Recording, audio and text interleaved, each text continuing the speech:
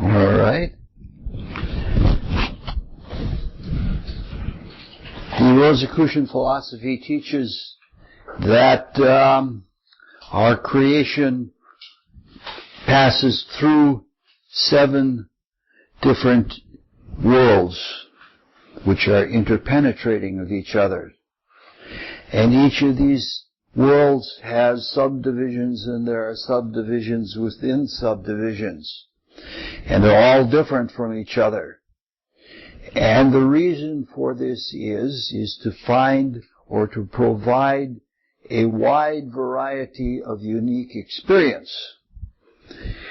The spirit, which has a focus that you might call a spark of God, is unfolding infinite potential, and the more different kinds of experiences that we undergo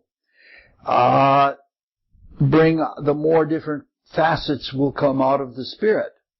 And so that having a life where you go through many, many different kinds of experiences spiritually probably much better than if you have a monotonous drone-like existence. Now, some of the differences between these unique evolutionary conditions are more dramatic than others. For instance, the world that we are now focused into, the chemical region of the physical world, is completely outward, and things are rather gross. Compared to the subtlety of all of the other worlds, the grossness here is almost harsh.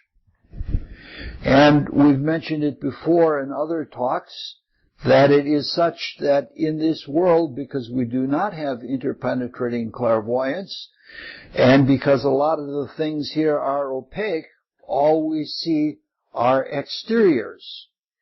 Even if we break something open, we just see a new set of exteriors, and it's not the same thing as it is in the higher spiritual worlds, like the desire world, for example.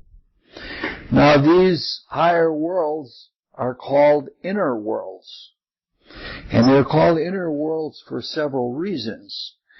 Because when one apperceives in them, or when one has a vision in them, one sees the inside of them, which is more a matter of consciousness than of form.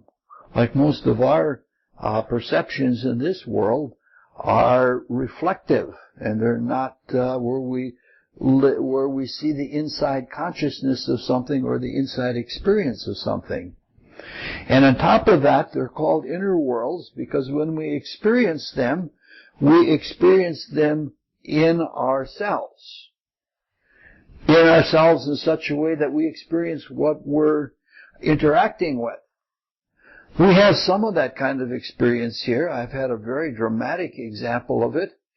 At one time, I was waiting for somebody, and I was standing there. It was public.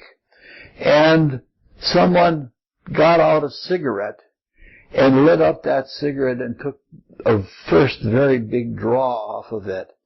And because I was watching with an open consciousness, I could feel in myself the way that person felt, the kind of satisfaction and gag reaction that they were having at the drawing in of the smoke. And it was obvious that there was an inward experience in me that is like what you experience with clairvoyance, so that inside of yourself, you're understanding the inside of something else. It's such that I am told that if you see someone standing in front of you and you have desire world clairvoyance, you see the person and you see colors around them, but the colors are obviously not from this world. It's like there's almost like a superimposition of colors around something that you're used to seeing with your eyes. It's quite a remarkable thing, I guess. The etheric subdivision is a very unique experience. because it has a foot in both worlds. And because of this, one of its chief functions is that it is a transitional world. That is, impulses from the spirit, from deep in the inner worlds, passing through the inner worlds to come into this world, have to come through the ethers, which is both inner and outer. And when we have experiences in this world and we want to process them to understand what they mean or to get a feel of what they are like, that information is taken from this world and it passes through the etheric realm and it is then impressed on the higher vehicles and eventually goes into the spirit for the final processing. So, transport or communication is one of the primary functions of the etheric body. In fact, it is so much of that kind of function that there are some schools of mystical philosophy that teach that that is all that it is. The Rosicrucian philosophy does not teach that. The Rosicrucian philosophy teaches that the vital body, the etheric vital body, is a vehicle unto itself. One of the functions of the vital body is that kind of transport. But if you have that kind of thinking that that's all it does, you're missing very vital information, and the vital is to be taken literally, because the vital is life. And what the etheric vehicle gives to the physical vehicle is liveliness. So, we've been talking in all of these talks, the evening talks, which are parallel to these talks, but not necessarily coterminous with them. We're saying that everything in the etheric body has an independent function. One of the functions is to build and maintain the physical body. And it is also a vehicle of consciousness. So it ramifies thoughts that come from the mind and carries them out through the positive pole of the reflecting ether in the soul body. It's also, the light ether, for example, is associated with pigmentation and sensory reception. But at the positive pole, it is what warms and drives the blood. So it is much more than a vehicle of conveyance. So having to function as a vehicle of conveyance, you have to understand what the four ethers of the vital body are like. It's a thing that a vehicle of conveyance has to be suited to what it conveys. Like you don't take rock out of a mine using a delicate fishing net. You use a tram cart and a little railroad because they're built ruggedly and they can take large weights of stone. And it is like that with the ethers. Each of the ethers has to relate to what it is conveying. I don't know how to say it in any other way. That let's look at it all. Let's look at a big picture. We are spiritual beings. We are capable of creation, and we are capable of knowing the truth about the creation that is around us. And in order for us to function as spiritual beings over a very long evolutionary process, we have developed vehicles of consciousness that relate to all of the various different conditions through which we have evolved. That is, the various spiritual worlds.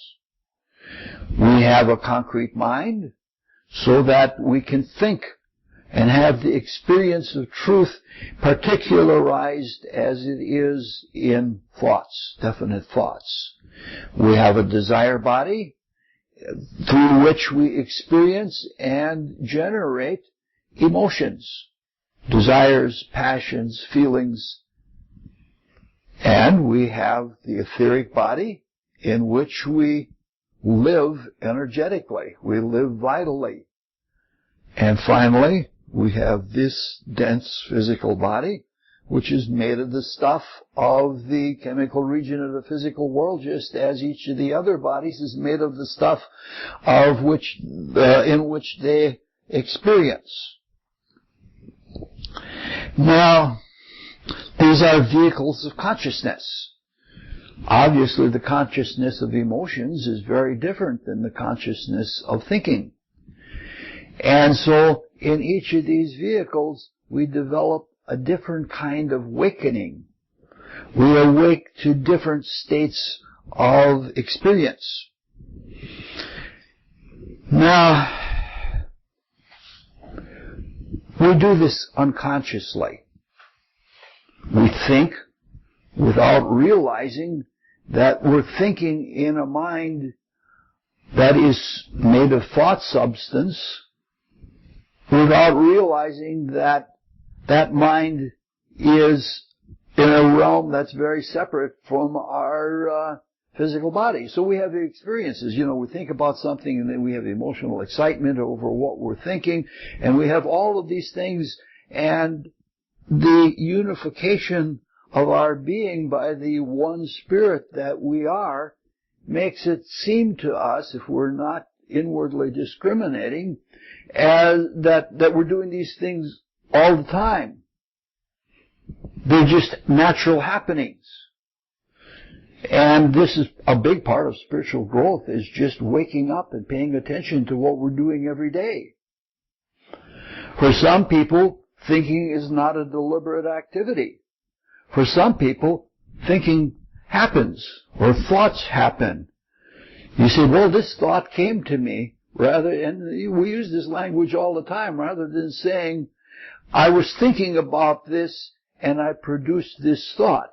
That's altogether different than saying this thought came to me, or while I was washing dishes, I thought this way, or something like that. All right.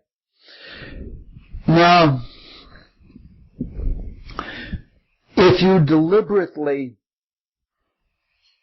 experience these worlds and refine and extend your experience of the different worlds through the different bodies, you become self-conscious of them.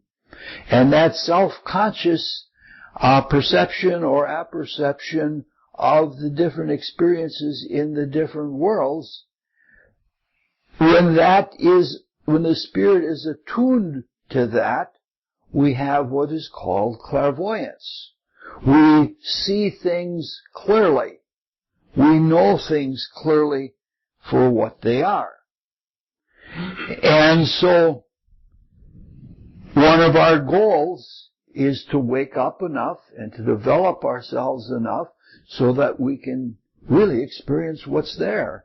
It's like Eddie said yesterday in his talk, you know, sometimes I take a walk out in nature and it's beautiful. And I say, why am I not aware of this every day? This is the example of someone who is becoming self-consciously awake. If the truth knower in us is attuned to even our physical perception, there is a physical clairvoyance. A physical clairvoyance so that you can look at something and know what that shape or what that surface means. We do this all the time. If someone we love is frowning, we know, we've done something to harm them. But it should be completely available to us that everything we experience through all of our senses, we know what it means. We know, it's a trained kind of thing. If we drink sour milk, we know the milk is going bad. That's an example of being self-conscious of sensory experience. So, what we're going to do is look at the ethers and try to be self-conscious of what it is that they convey and how they convey it.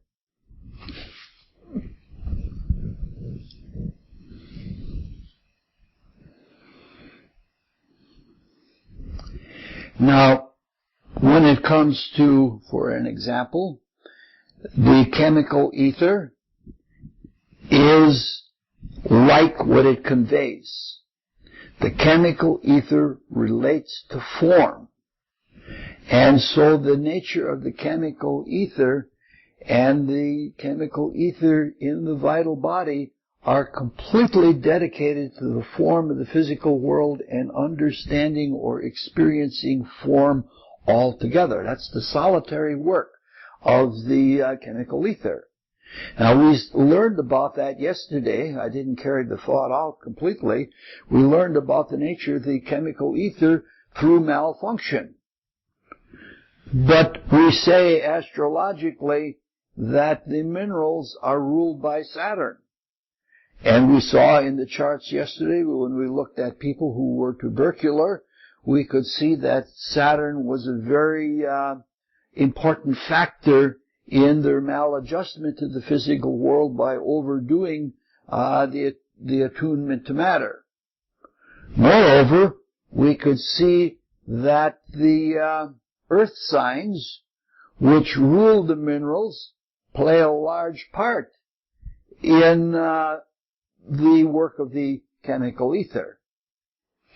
Now, we're not only dealing with astrological symbols here, we're using the symbols, or what we say astrologically, to guide our observation and to guide our intuition so that we can come to know these things.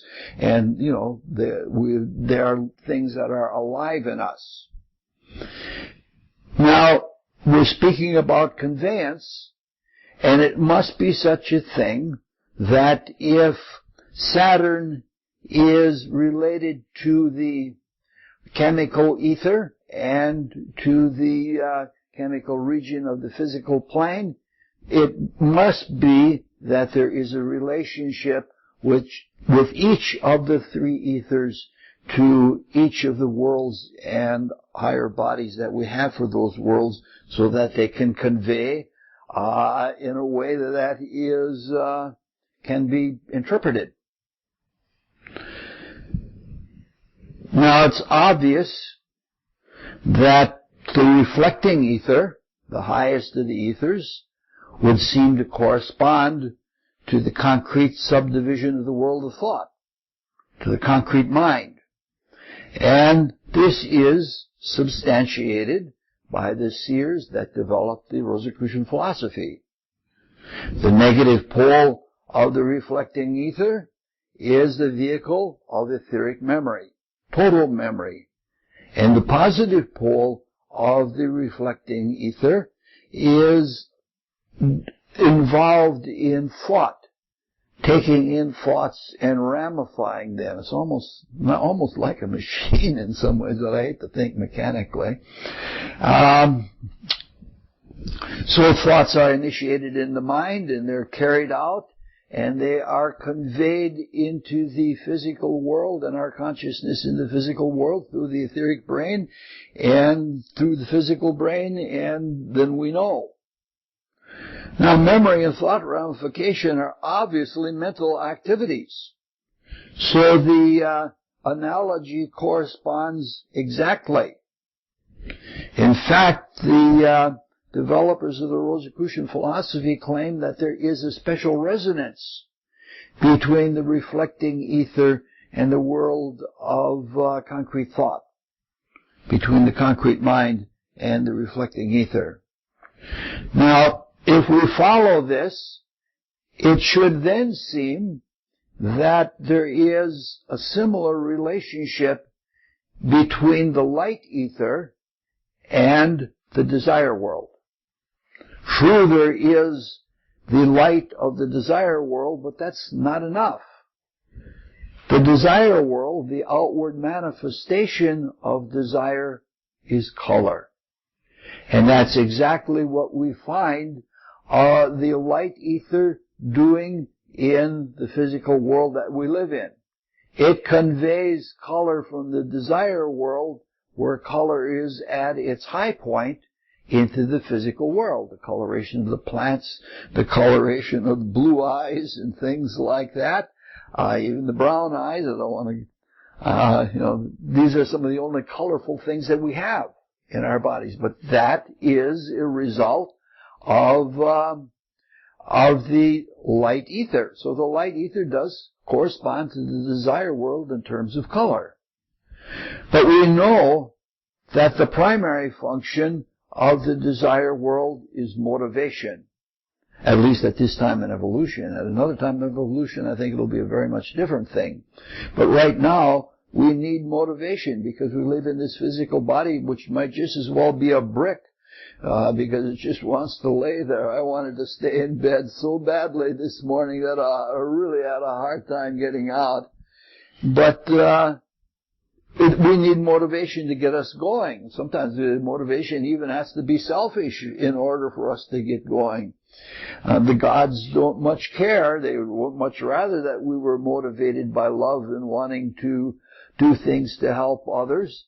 But they don't mind if the only way we get the experience that we need to grow has to come through selfishness. At least we're getting the experience, and the rest will wash away, and then we'll have all of that. And we know that the light ether corresponds to that in its relationship to the physical body, because the light ether is what heats the blood. In fact, in some schools of thought, I think Rudolf Steiner calls it the heat ether, doesn't he? Because it heats the blood and drives it forward. Yeah.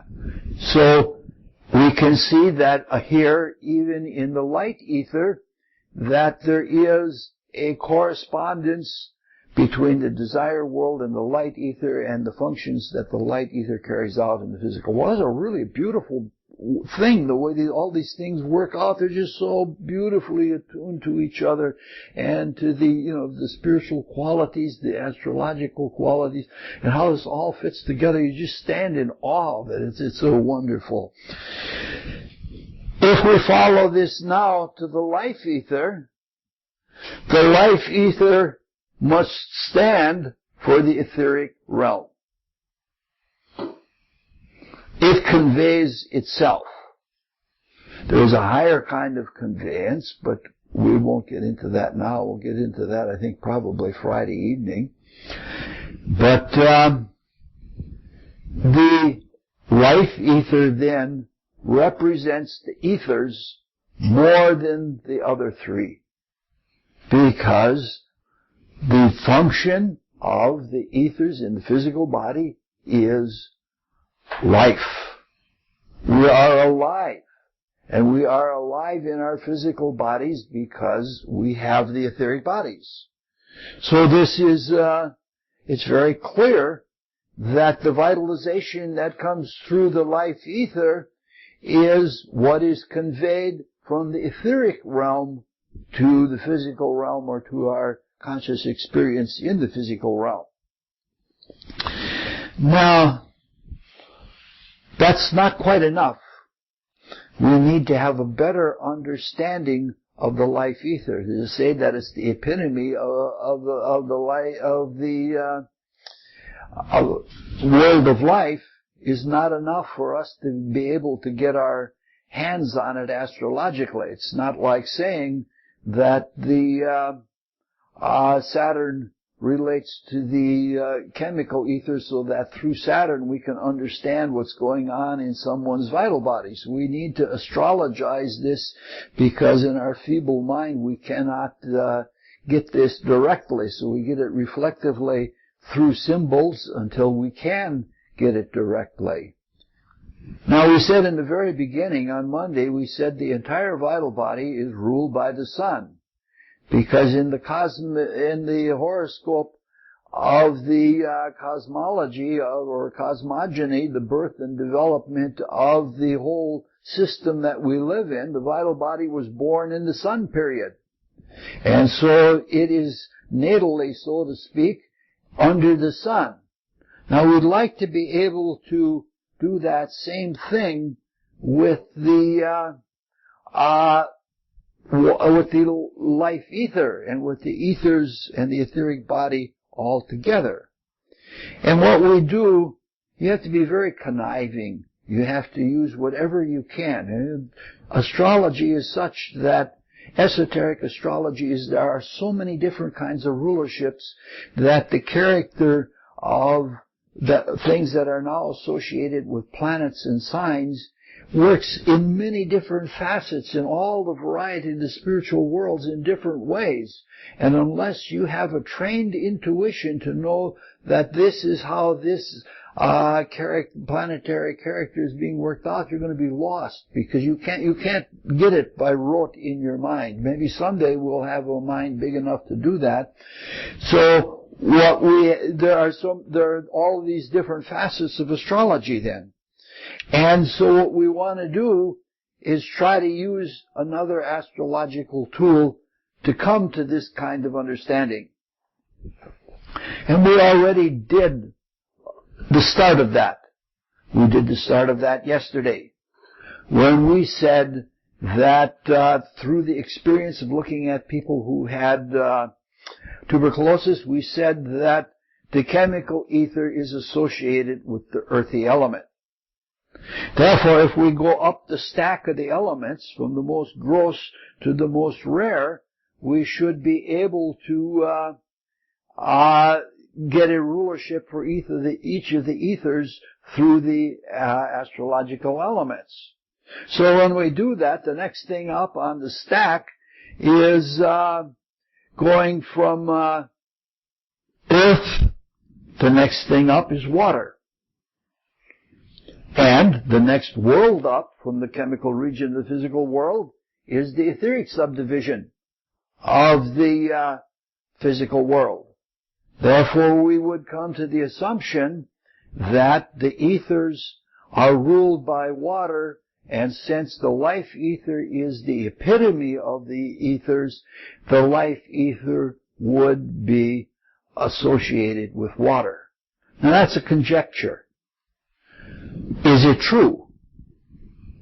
Undoubtedly, yes.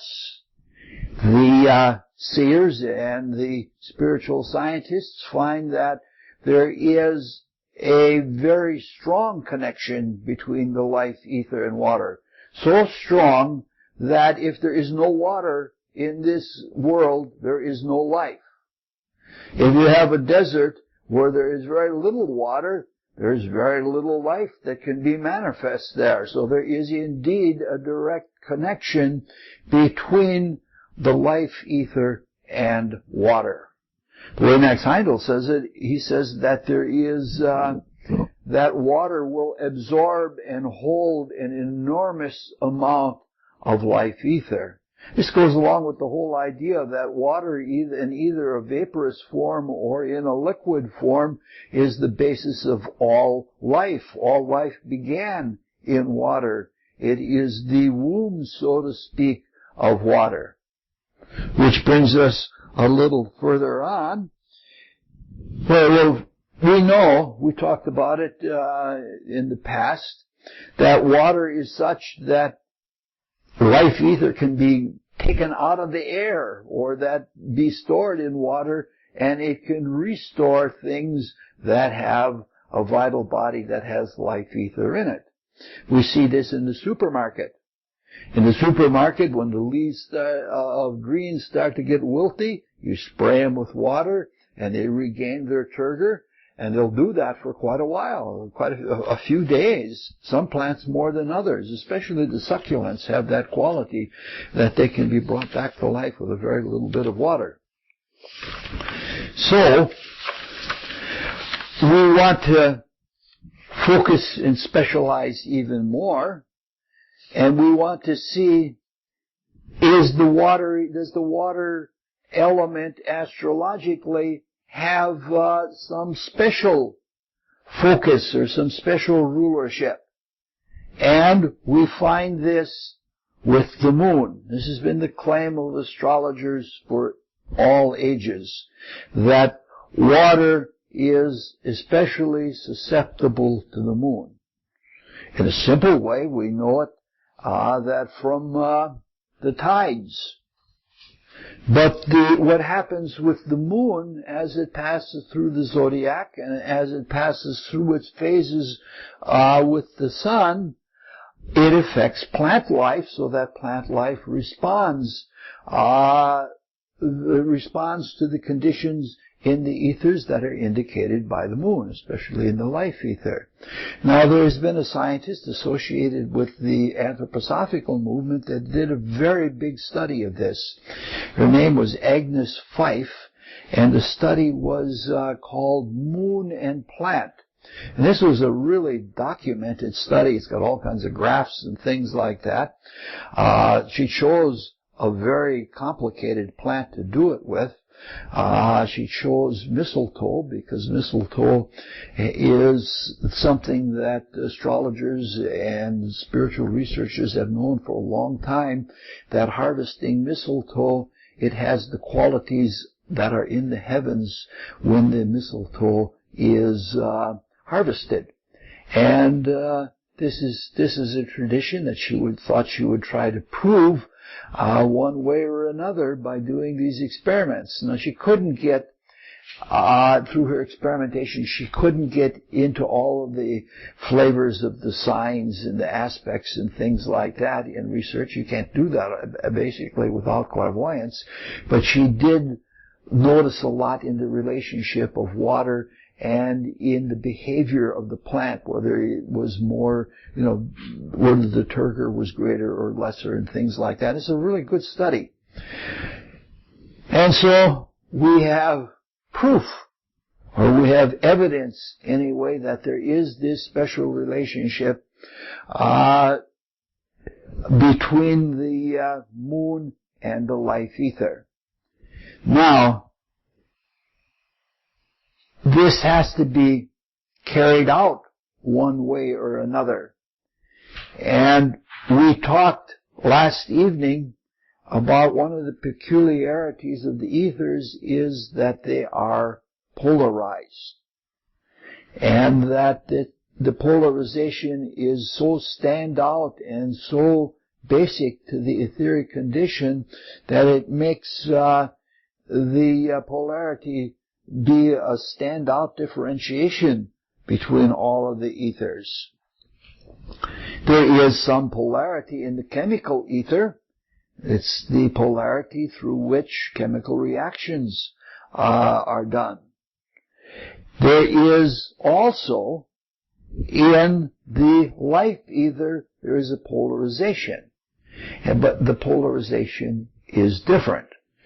Now, we know that even simple magnetism, which has to do with the chemical ether, does affect, and it does either disturb or it helps the ethers in the etheric bodies. There are all kinds of magnotherapies, and going all the way back to the experiments of Mesmer, we know that there is a relationship between using things like ferrite magnets and such to affect things in the etheric body and consequently in the physical body. But there's polarity in the life ether also.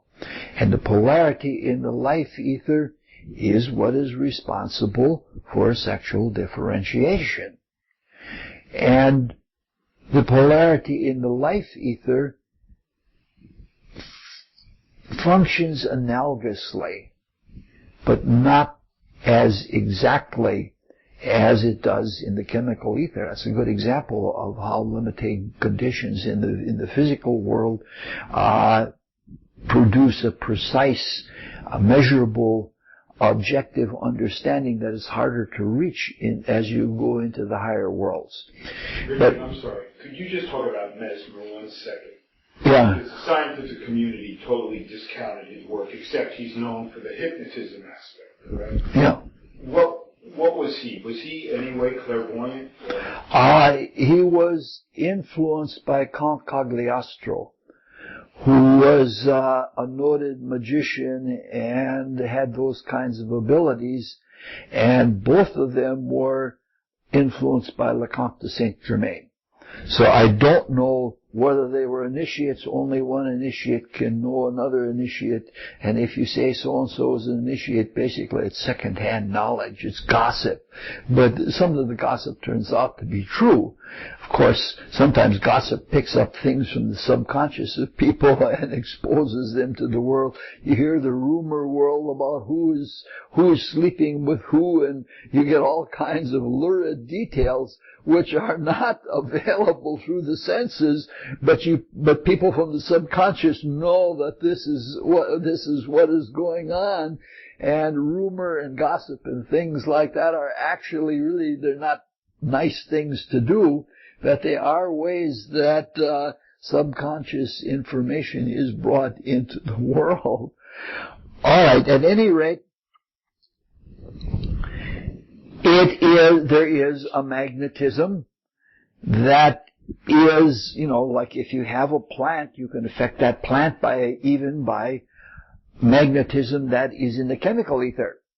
And that magnetism in the chemical ether affects the chemicals in the plant, and that is passed on to the life ether.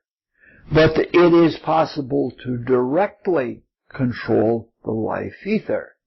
It unfortunately got a bad name, or a name that isn't pleasant. It's called animal magnetism. And this is what is done in magnetic healing. There are people who have learned to control the flows of energy in themselves, and some of them are sensitive to other people, and they can feel where there are in another person where there are stagnant ethers, which are called miasmatic ethers, and they can feel that, and as an act of consciousness working through their etheric body, they can feel it. If they can't perceive it, some can both see and feel it, they can draw that material out. And then they usually discharge it into water and then wash the water away, though you can, by snapping and breaking the magnetic connection, you can snap it into a fire, and then the fire just disintegrates it. And if you are an extremely vital person, if you have a strong vital body in the life ether, you can take a charge from yourself and you can give it to someone else and give them a boost until they can restore their own vital body. This is what magnetic healing is all about. So Max Heindel was himself a magnetic healer. And he drank a lot of raw, fresh milk in order to get the etheric charge, because that gave him the energy that he needed. If you can get milk within 10 minutes out of the cow, it's just brimming with vitality. I myself am not a dairy person, so I drink vegetable juice straight out of the vegetables as quickly as I can get it into me, and I get a charge. And the real test of that was my father.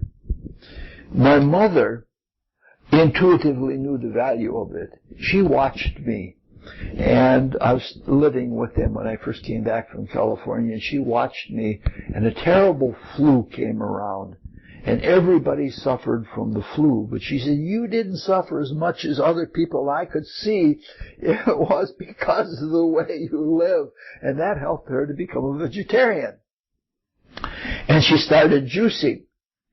And she made my father drink a glass of carrot juice with every supper. And he grumbled about it. And his line that I heard maybe hundreds of times when I was a child, if you try to give him a salad, he said, "You want me to eat that rabbit food?" But after a while, if she didn't give him a glass of carrot juice at night, he groused about it, because he knew from the experience that, We didn't know what it was, but he knew from the experience that he was getting a charge from it, and his life was the better for it because of the carrot juice. All right. Now, we're about ready to look at horoscopes.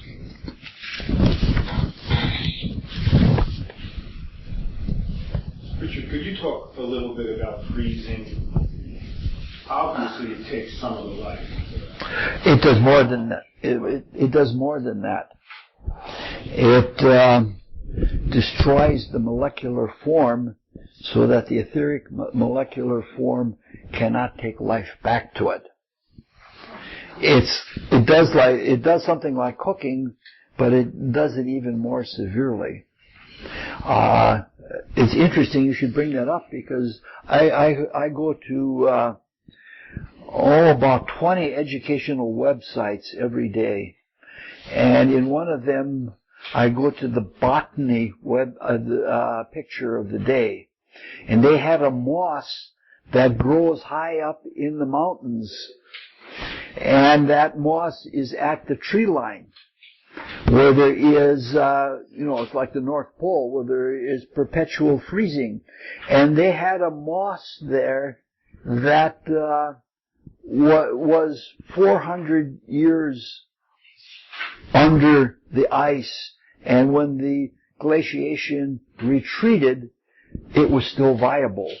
And they talked about the molecular structure. There was a big fancy name. I tried to remember it, but I couldn't remember it. There's a big fancy name about the way the water and the life ether is removed from the molecules, and it hangs in the interstitial areas, and when you freeze, the water becomes crystalline. And those crystals break through the walls of a cell. But there are some plants, the plants that are viable over winter, that they sense with the cooling temperature, and the water comes out of them and it goes into the interstitial areas, and it still freezes and turns to a crystal, but not in such a way that it's inside the sac of the cell and bursts the walls of the cell. And this plant, which was something like a lichen, had a special relationship between the different cells, so that it could maintain life for extremely long periods at sub-zero temperatures. It was really might be something interesting for feeding people. Yes. To eat moss, then, right? Yeah. You can't even get them to eat algae, and algae is a superfood. You start telling me, here, eat this moss, it's good for you. You're going to have a hard time. The big problems of starvation in the world are religious problems, political problems, and customary problems. Some people won't eat certain things because their religion says no, and some people won't eat certain things because it's a custom, like our ancestors didn't do it. And, if you send fine pasta where people are starving in Ethiopia, they might not eat it because it isn't what their traditional diet is, and some people adhere to things like that. And then a lot of food gets to places where people are starving, and it's a political situation. People use it for their own gain, and it never gets to the poor people at all. The distribution system is the hard part of it. All right. We're set to look here. This is a horoscope with a man highly endowed with a strong element. Oh, did I save one for myself? No, I didn't. Here's what's left. Okay.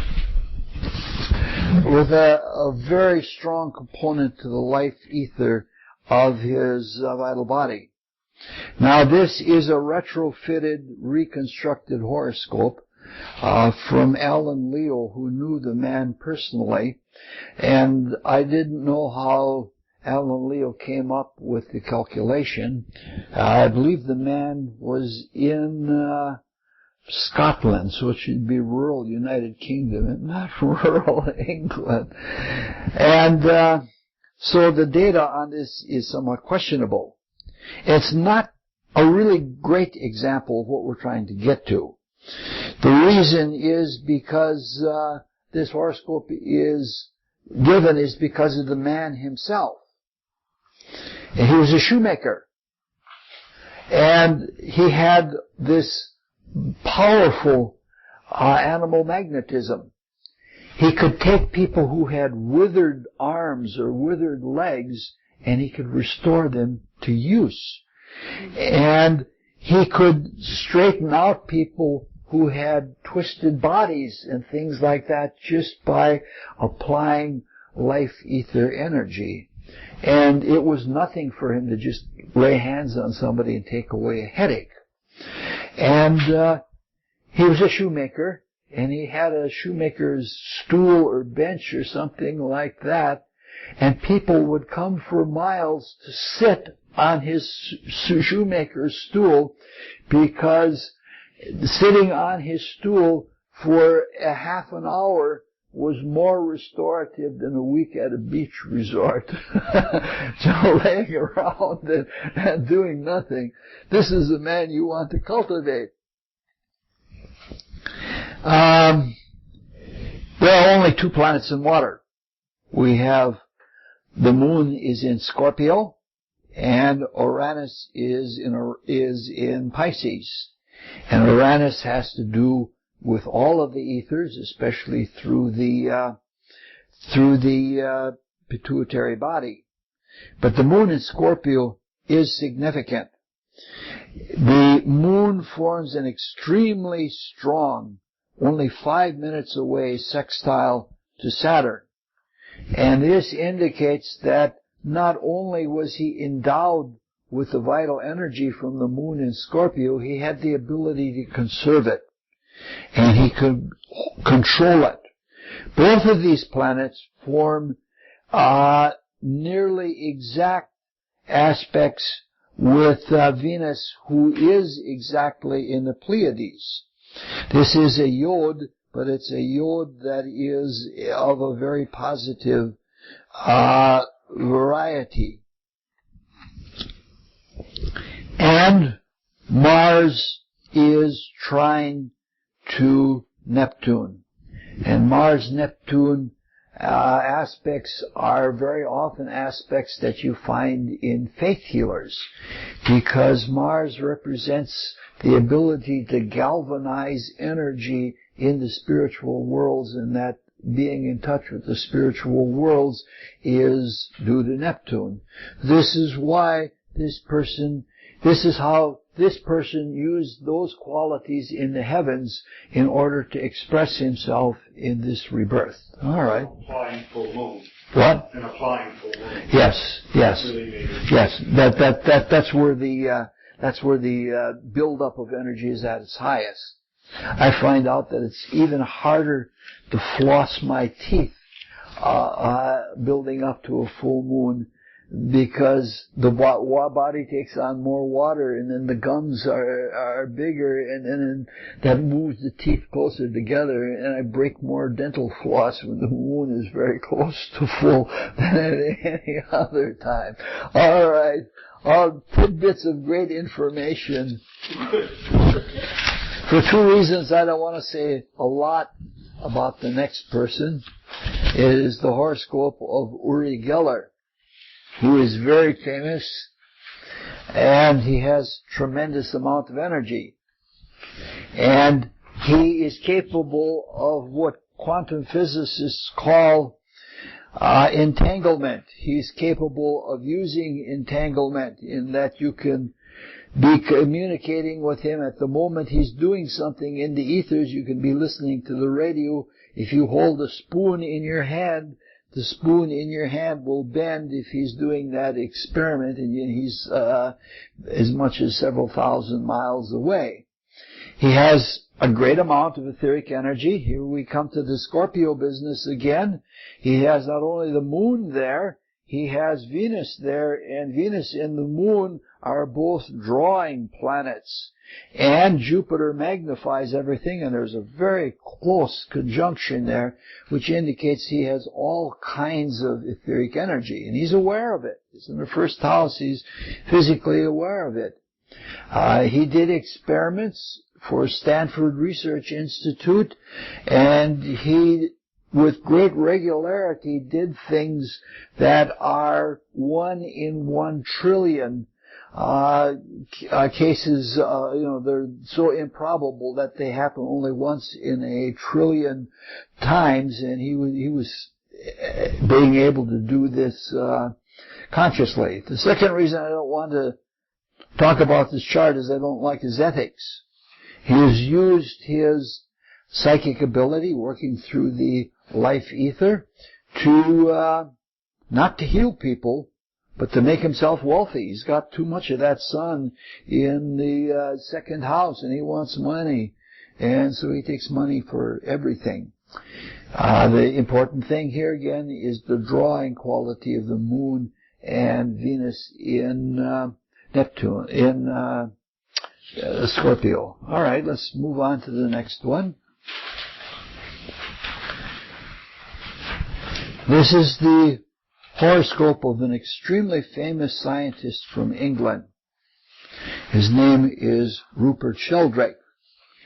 And this horoscope is not used because of the magnetic propensities, but because he works with life ether. He works with animal magnetism. He is in touch with etheric energy, and he has demonstrated many things about etheric awareness. He's the man that's responsible for the experiment by using video cameras in people's living places that the dogs know when their owner is coming home. And he would have the owners of the dogs or cats, but usually dogs, he'd have them come home at unexpected hours. And the dogs would be ready for them and show that they were getting ready as the person was coming. Now, he's the one that I talked about last night that did the experiment that you can see in the actions of people that they know when they're being looked at, even if you're looking out of a window of a building. Now, he didn't want to do these kinds of experiments, but he was forced into it. He has the 8th house, the sun in the 8th house conjunct to Jupiter, and the 8th house is the house of loss, and the sun is opposite the moon. This time it is exactly past the full moon, first day after the full moon. It's the house of loss.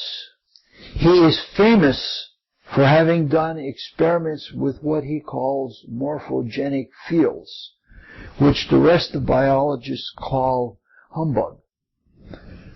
He demonstrated with very, very sensitive electronic equipment that if you take a small plant just after its germination, surrounding that plant, you can pick up a field of energy.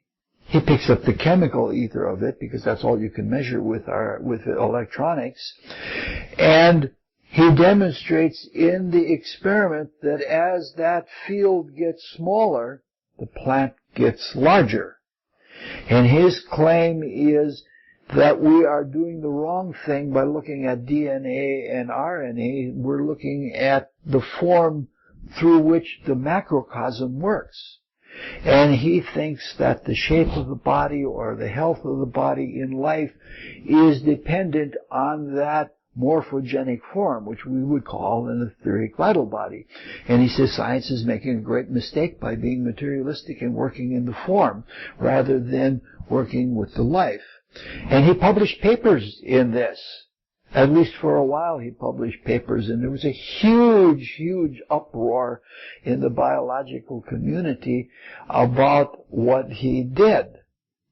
In fact, it was so huge that there still exists to this day $1 million reward if you can produce an experiment that definitively disproves the experiments that he did, and nobody has claimed it yet. Well, they just claim it's humbug. It's one of those cases that you ignore what doesn't agree with your Yes, he is. Living in England? Yes. I spent a lot of time in the United States. You hear them on the wacko shows like Coast to Coast. But he's not a conspiracy theorist when he should be, because they conspired to take away all of his funding. And when they conspired to take away all of his funding, he had to get money elsewhere, and that's when he started writing all these other engaging books. So you can see that this is someone that is sensitive to life. And not only is he sensitive to life, he is bright enough that he can apply his mind and his consciousness and all of his education to what he is sensitive to. And so that's what he has done. All right. This is the stuff that we're talking of, that most people think doesn't. Communicated with him at all? No. I have no. What do I want to bother with him? I'm a nobody on Lakeside Street that with weird ideas. I'm somewhat respected by people because I have decent values, and I'd rather like it that way. I like doing occult service, and occult service is secret service. And when you are broadcasting things into the ethers, some people thousands of miles away might be picking it up, and I just as soon be an unknown and, I'm an underground radio station.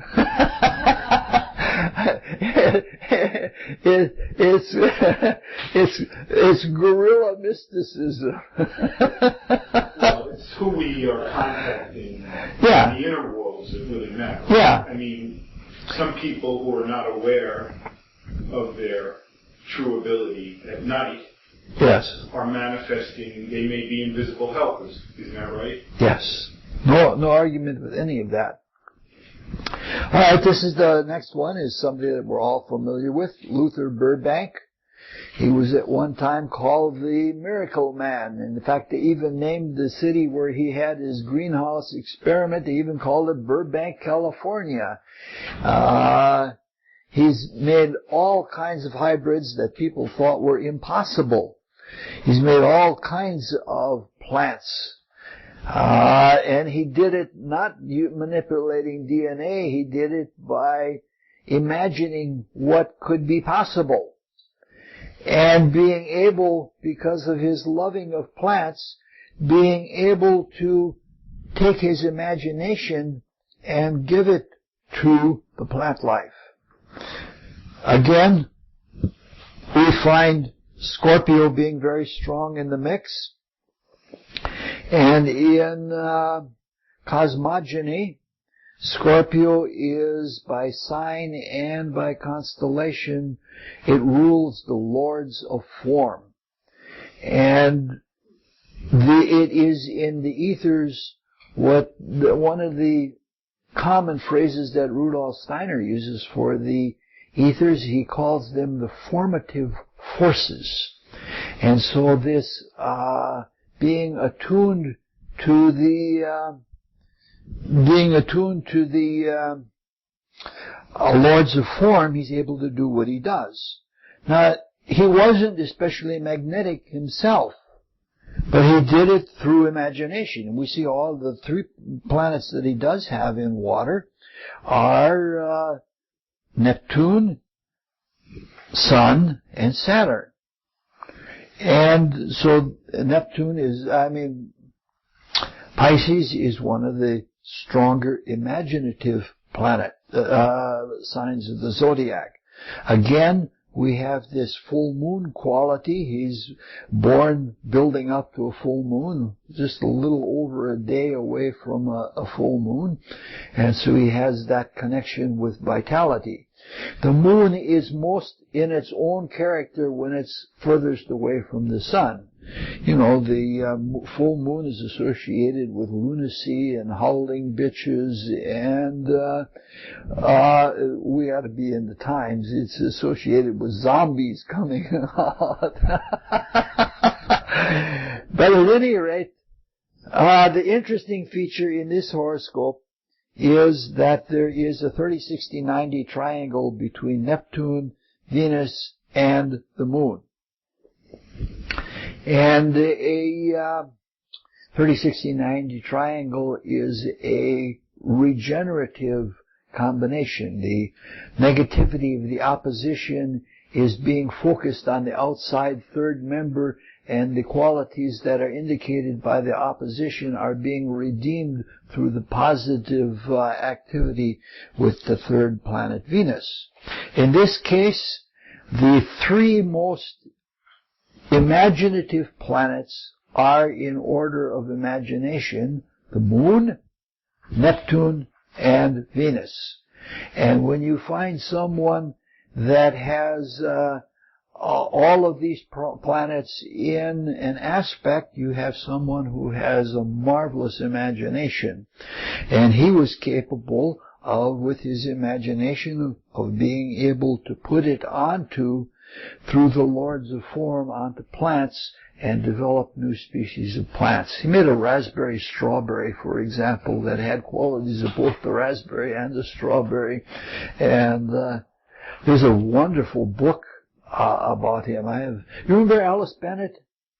She was like a lot of us, straddled between the Rosicrucian Fellowship and Anthroposophy, and she eventually couldn't keep up with both of them. She eventually became an all-out anthroposophist. She's in that community where in New Hampshire-Vermont border, and she was a pomologist, a fruit grower, and I did a book search for her, and back when it was hard to do a book search. Now it's easy, but there's a wonderful series of 2 books of the works of Luther Burbank with all of those fine plates, color plates and things like that.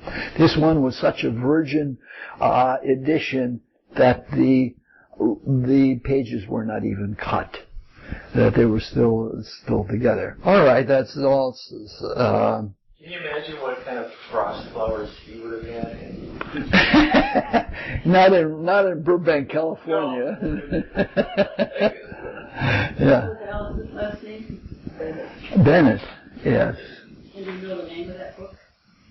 No, it's the works of Luther Burbank is what the book is. Oh. Yeah. I just bought it to her, gave it to her as a present. Not that she needs presents.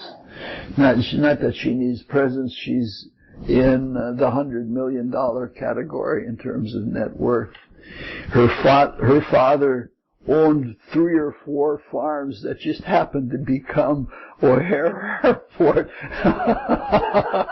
And when her sister Barbara got married, they had their own limousine. They had the Deer Park Country Club on the North Shore of Chicago. They had it reserved for them in the middle of summer for a whole day, and they had their own airport limousine service going back and forth, ferrying in all of the rich people.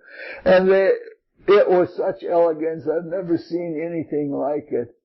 And then she wrote a book a few years ago, and they had a book signing. And they had a party at her house, at her parents' house.